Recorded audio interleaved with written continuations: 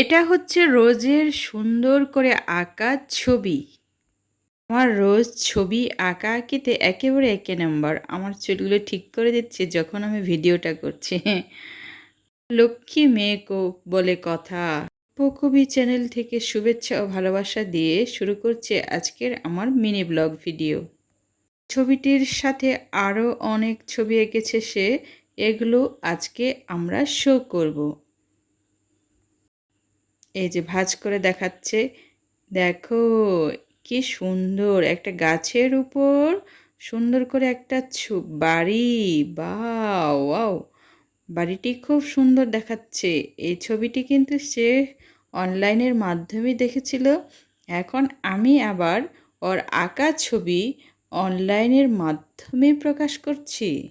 আমার মেয়ে আসলেই সত্যি অনেক অনেক সুন্দর ছবি আঁকে। ওরে বাবা, এ দেখি ফুটন্ত একটা ফুল, প্রস্ফুটিত একটি ফুল, দেখতে অনেক সুন্দর। এতক্ষণ সে এই ছবিগুলোই আঁকছিল, বলছিল যে মা আমি তোমার মতো চেষ্টা অনেক করেছি, তোমার মতো যদিও হয়নি কিন্তু তোমার মতো ছবিটা এঁকেছে। আসলে ছবিটি ফুলটি অনেক অনেক সুন্দর হয়েছে। থ্যাংক ইউ রোজ। রোজ ছবি আঁকতে অনেক পছন্দ করে।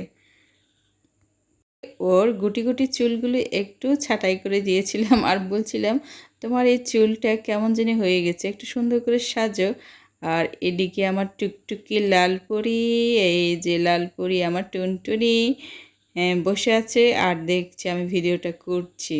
অনেকক্ষণ ধরে সে খেলছে, ওর ঘুম ঘুম ভাব চলে আসছে, তারপরও খেলায় মন দিয়ে বসে আছে। কতক্ষণ খেলা, সারা দিন খেলে তারপরও মন ভরে না। এই যে দুই টুনটুনি আমার।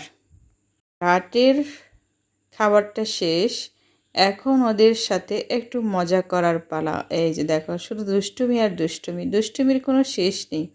এ তো কোথায় কি আছে না আছে শুধু মুখে দিবে, মুখে দেওয়াই কাজ। এই যে আবার দিয়ে ফেলেছে, রোজ ধরে ফেলেছে ওর মুখে দেওয়ার কাগজটা।